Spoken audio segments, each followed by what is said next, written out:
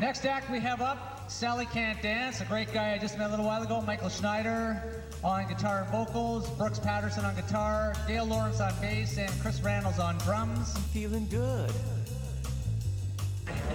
I guess the band started around, I don't know, when did I meet Mike? I met him in, it was the summer of 1989.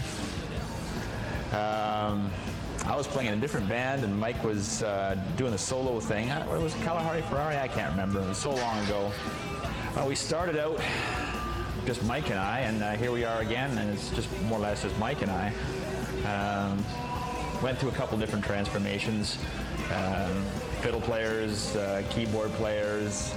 The final incarnation was basically just a four-piece again with just guitars. The band seems to be just a launching pad for success. Anyone that's ever come into contact with this band has gone on to bigger and better things. Now, whether or not that's just because, in comparison, anything else is bigger and better, I'll leave that for the viewer to decide. Rod Warwick is doing well with the Jehovah's Witnesses and the United Postal Workers of Canada.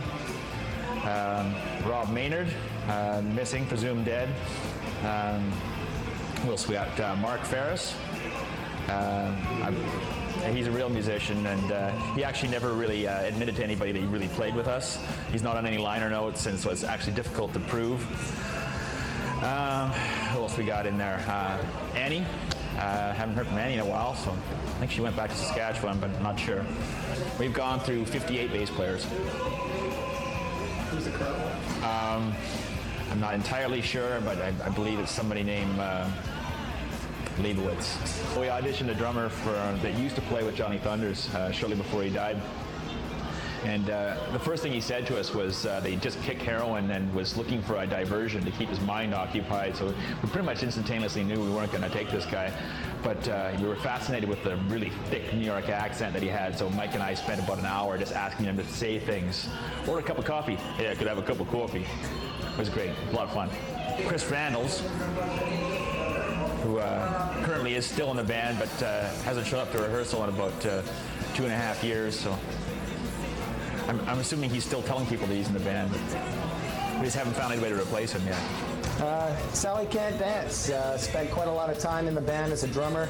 In fact, I was referred to as the glue of the band. I sort of held it together and made sure that it all happened and came together. I actually used to be this thin a few years ago when I was in the band, but after some good living and some hard drugs, I have expanded a little bit. Met Mike and Brooks in '94. And we rocked out in my basement. It was funny, actually. Dale, I probably shouldn't mention his name too much, but Dale, the bass player in my band, or our band, Mike's band, whatever, actually auditioned for my roommate's band and didn't join it because he said they sucked. And then we had an audition with Mike at the same house, and it turned out that Dale said to Carson, yeah, the reason I didn't join your band was because it sucked. So, and then he met Mike, and we don't even need to go into that. So actually, according to Mike, we're still a band. We haven't seen Mike or Brooks or Dale for 5 years, but apparently we're still a band. So thumbs up to us, eh? That's cohesion, that's talent. My favorite band story would be the time that we toured to Lethbridge, Alberta. 4 guys. I'm stuck in a car with Dale, and Mike and Brooks are coming in Mike's beat-up van, hauling 200 pounds of gear. Mike's van breaks down. Dale and I are in Lethbridge waiting for these guys to show up. We're scheduled to hit the stage at 7 o'clock or whatever, and we had to play in order to get lodging. If we didn't play, we didn't have a place to stay. So it's about 10 o'clock, and Mike and Brooks still haven't shown up in the broken down van.